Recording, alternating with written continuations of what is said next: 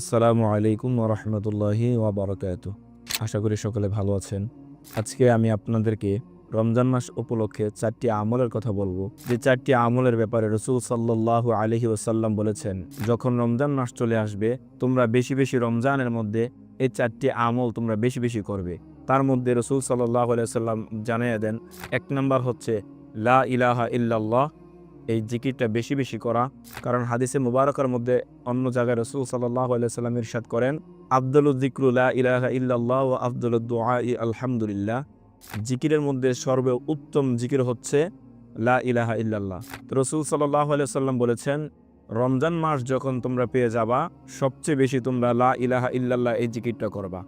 ২ number আমল রাসূল শিখিয়ে দিলেন, আস্তাগফিরুল্লাহ, তোমরা বেশি বেশি ইস্তেগফার করবা, বেশি বেশি তাওবা করবা, বেশি বেশি ইস্তেগফার পড়বা।